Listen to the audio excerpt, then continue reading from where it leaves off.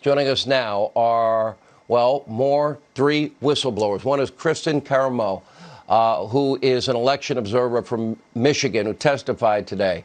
Also, Ethan Pease is a U.S. Postal Service contractor from Wisconsin. Jesse Morgan, the truck driver subcontracted by the U.S. Postal Service. Ethan and Jesse have signed sworn affidavits, and both are nonpartisan. Let me ask you both that. You're both nonpartisan. Jesse, Ethan, politics not important to you? Yeah, I didn't vote this year, so I mean, go ahead, man. Me personally, I'm not really a Democrat or a Republican. I consider myself maybe an independent or a libertarian.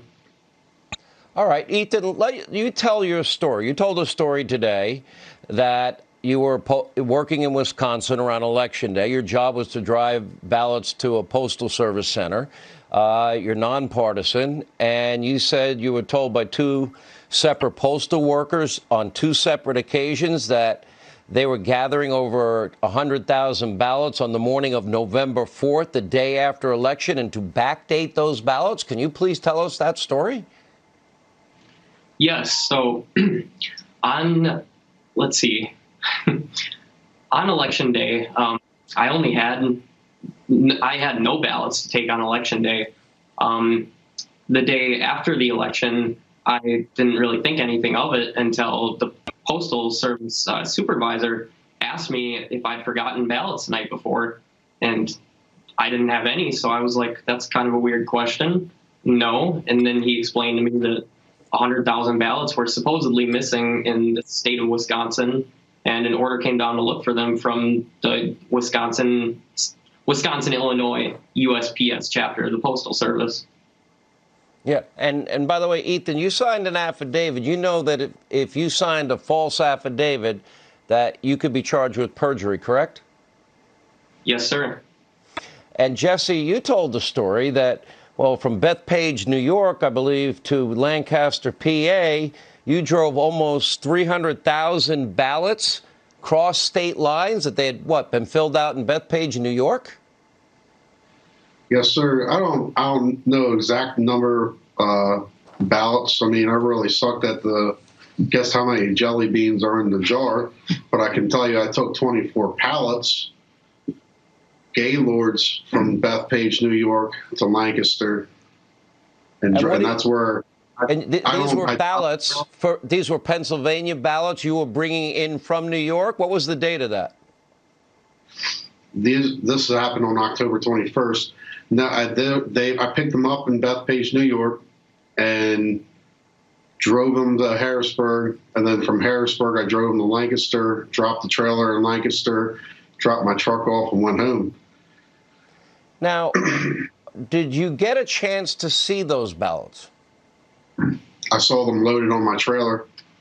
And did you notice how they were marked, or were they concealed?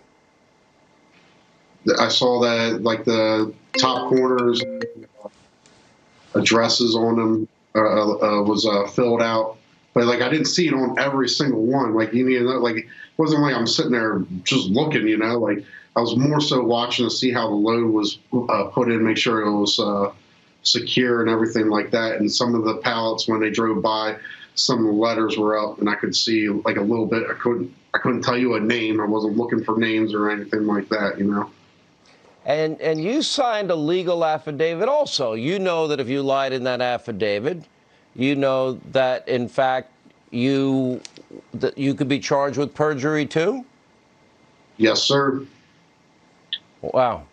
Why did you both decide, if you're both not partisan, you don't really care about politics, what Ethan motivated you to come forward and tell this story? Why was this important to you? Well, being that I'm pretty young, I'm only 20 years old, this is clearly probably the most important election of my lifetime. And I couldn't go to the grave knowing what I knew and just keeping that to myself, knowing that something went wrong in this election. Yeah. Let me bring in Christina Caramo's with us. And Christina, your shot went down for a second, so we lost you. We're glad you're back.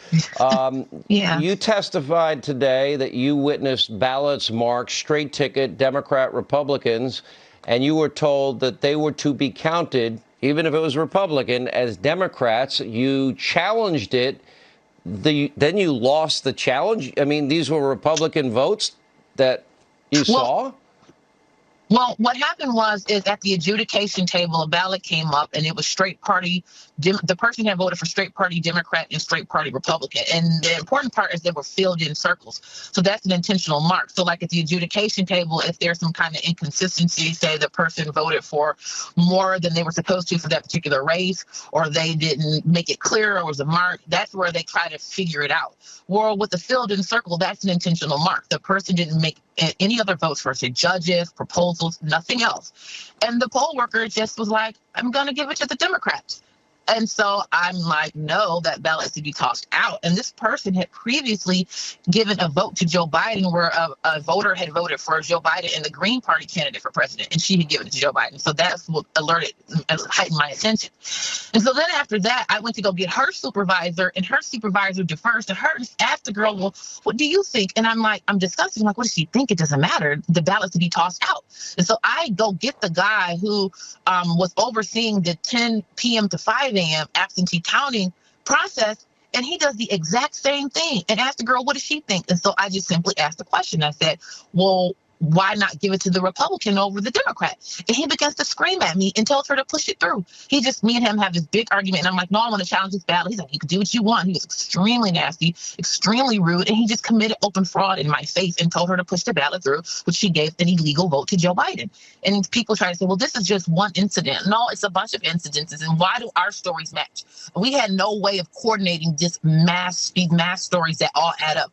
But the Democrats had plenty of time to coordinate their stories. So it doesn't make sense that all of our stories are telling the same type of situations where we witness massive fraud, fake birthdays being given to people and these hand-keying in voters. I mean, why are these voters not on the voter rolls? It just doesn't make sense. Ballots being dropped off in the middle of the night, thousands of them. I mean, it was awful. You're telling your story. You signed an affidavit also, like Ethan and Jesse, under the threat of perjury, right? You know that's a legal document. Absolutely. Absolutely. Why was this important to you, Christina? Because I would assume this is kind of not your average day to be a public figure.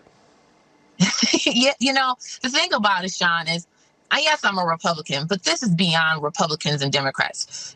This is about our republic being protected. If we don't have confidence in our elections, we don't have a nation. We give our consent to be governed by those in office, not in power, but in office, to make decisions on our behalf. But if we don't pick the people that are making the decisions on our behalf, then we have a rogue government doing whatever they want to do. That is completely unacceptable. And the way the media won't even take the time to investigate our claims, they just roundly dismissed us. I mean, what kind of journalism that's not even talk to us, not to see what we said? I mean, it's disgusting that a lot of our officials don't want to hear us. We are the citizens. They work for us. Our tax dollars pay them. We tell them what we want, and they are to listen to us. And when you have hundreds and hundreds of people telling you we witnessed fraud, to not even bother to want to hear us, and this is, I mean, we're talking almost a month ago. This should have been talked about as soon as we started complaining, because many of us started filing our affidavits right away. So I'm just really upset about this whole situation. I want to thank you all for telling your story. I know this is probably not easy for any of you, and it's amazing how one whistleblower, every Democrat and everybody in the media wanted to believe and said was courageous. Now they don't want to hear from anybody else because of politics. That's sad.